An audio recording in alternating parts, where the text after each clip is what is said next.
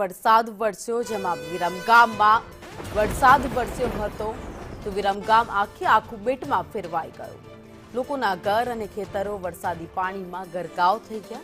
ત્યારે હવે ભારે વરસાદ બાદ નુકસાન સર્વેની કામગીરી હાથ ધરવામાં આવી।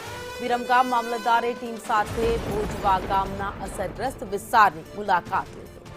શહેર અને તાલુકા ગ્રામ્ય વિસ્તારમાં 2-3 દિવસમાં ઘર વખરી અને કપડાને જે થયેલું નુકસાન હતું તેને સર્વે કરી આગામી 4 થી 5 દિવસમાં તમામ અસરગ્રસ્તોને સરકારી સહાય ચૂકવવામાં આવશે।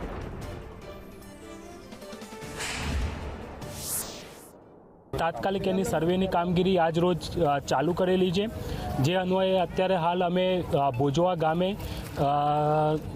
અત્રેના સ્થાનિક કોર્પોરેટરશ્રી તથા નગરપાલિકાના પ્રમુખશ્રી સાથે રહી અને સર્વેની કામગીરી ચાલુ કરેલી છે। 2-3 દિવસમાં આ સર્વેની કામગીરી પૂરી કરી અને આગામી એના પછીના 2-4 દિવસમાં તમામને સહાય ચૂકવાઈ જવા માટેની અમારા દ્વારા પ્રયત્ન કરવામાં આવશે।